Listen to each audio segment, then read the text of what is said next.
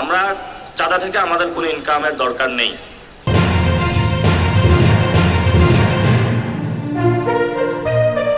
ফলত চাঁদার সিন্ডিকেটটা আমাদের প্রয়োজন হবে না এবং চাঁদার যে একটি বাহিনী সেটাও আমাদের প্রয়োজন হবে না। এই হোটেলগুলোতে অসামাজিক যে কার্যকলাপগুলো সেগুলো ইনশাল্লাহ বন্ধের উদ্যোগ নেব। উনি প্রশ্ন করেছেন যে মতিঝিলে অনেকগুলো ক্লাব রয়েছে যেগুলো বিকাশ মানুষের সুস্থ বিকাশের জন্য গড়ে তোলা হয়েছিল খেলাধুলার জন্য, ওইগুলা দখল করে ওইগুলা জুয়ার স্পট ক্যাসিনোতে রূপান্তর করা হয়েছে। ইনশাল্লাহ ওইখানে আমরা যতটুকু জানি 10টা ক্লাব রয়েছে, একটা ক্লাবে জুয়ার কোনো আসর নেই আর বাকি 9টা ক্লাবে রয়েছে।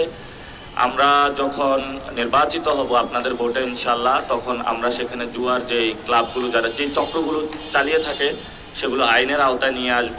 এখানে টোটালি আমরা এই জুয়ার যে স্পটগুলো রয়েছে, ক্যাসিনোর যে স্পটগুলো রয়েছে আমরা বন্ধ করে দিব এবং এখানে অনেকগুলো হোটেলে একটা সিন্ডিকেট অসামাজিক কার্যক্রম চালিয়ে থাকে এবং নারীদেরকে ব্যবসায়িক পণ্য হিসাবে তারা মানুষের সামনে উপস্থাপন করে। আমরা এই হোটেলগুলোতে অসামাজিক যে কার্যক্রমগুলো রয়েছে সেগুলো ইনশাল্লাহ বন্ধের উদ্যোগ নেব। আমরা এটা তো বলেছি আমরা টোটালি চাঁদাবাজ মুক্ত ঢাকা আট গড়ব। এটা আমার তো প্রাইম কনসার্নের জায়গায়, নট অনলি ঢাকা আট, পুরো বাংলাদেশকেই আমরা চাঁদাবাজ মুক্ত একটি বাংলাদেশ গড়ব। এটা আমাদের অন্যতম একটি এজেন্ডা।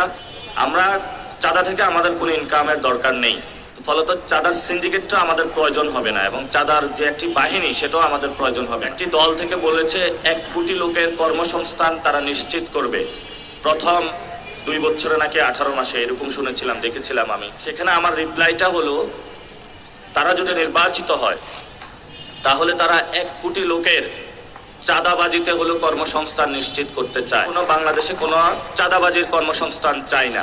আমরা মানুষের মুখে খাবার তুলে দিতে চাই, আমরা মানুষের হাতে অস্ত্রের বদলে কলম ধরিয়ে দিতে চাই, আমরা মানুষের বাসস্থান নিশ্চিত করতে চাই, আমরা দলীয় গুন্ডা সন্ত্রাসী যে চক্রটা রয়েছে এটা ভেঙে দিতে চাই। আপনার সাংবাদিকদের সামনে একটা বিষয় স্পষ্ট করতে চাই, আমাদের যে দেশের সমস্যা 8 থেকে অর্ধেক সৃষ্টি হয়।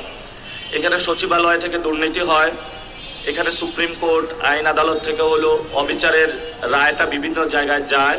এখানে যারা ব্যবসায়ী রয়েছেন তারা একটা চাঁদাবাজার সংস্কৃতির মধ্য দিয়ে শিকার হয়, যেটা পুরো বাংলাদেশে ছড়িয়ে পড়ে। এজন্য ঢাকা 8কে যদি আমরা ঠিক করতে পারি, জনগণের সাপোর্ট নিয়ে বাংলাদেশ অর্ধেক ঠিক হয়ে যাবে। 1 নম্বর হলো বাংলাদেশের যে দলগুলো রয়েছে এগুলোর একটা পলিটিক্যাল ফাইন্যান্সিং সিস্টেমের মধ্য দিয়ে চলে, যেটা নির্ভর করে চাঁদাবাজির কারণে, সন্ত্রাস দখলকারীর কারণে।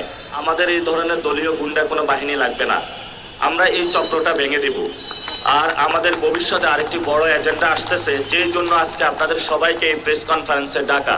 দেখেন আপনাদের ঠিক আমার হাতের বাম পাশে রয়েছে দুর্নীতি দমন কমিশন। প্রিয় দর্শক, এতক্ষণ সাথে থাকার জন্য ধন্যবাদ।